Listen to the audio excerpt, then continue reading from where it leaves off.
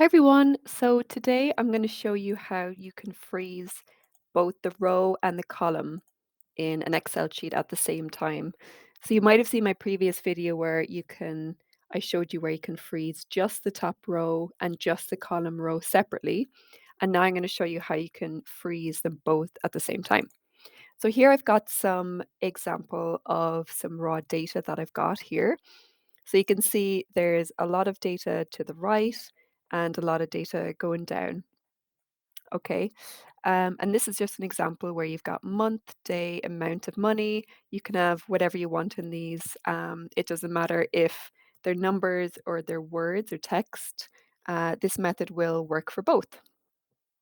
So if you want to freeze both this top row that I've highlighted here and also this column at the same time, so if I highlight them both, these two that you want to freeze and be able to scroll freely, what you do is you click up the very top in your bar, okay, and you click view. And then you'll see something that says freeze panes over to the right hand side here. And you click on that drop down. And this is where it's really important. So make sure you're highlighting this cell here. So if I just highlight it in color for now so you can see, so that's the top row in blue, and then that's the bottom row in the first column, sorry, in orange. So what you need to do is you need to click here. So right in this cell here where it says Monday in this example, that's where you click. Then you click View, Freeze Panes, and then the very first drop down it says Freeze Panes, okay? And what that will do is it freezes exactly where you've clicked. So you click Freeze Panes, and I'll show you how it looks. So if you scroll to the right, you can see that your first column here is frozen, so it allows you to scroll all the way across so you can see the amounts alongside the month. And also, it is frozen the very top row as well.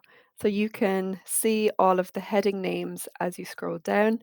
Otherwise, if you don't freeze them, you lose those names, and it can get a little bit confusing as you're scrolling through data. So there you go. It's as easy as that.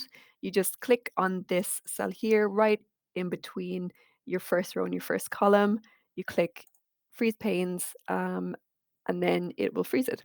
And then if you want to get rid of that, all you need to do is you can actually click anywhere for this next part. It doesn't really matter where you have the cursor highlighted.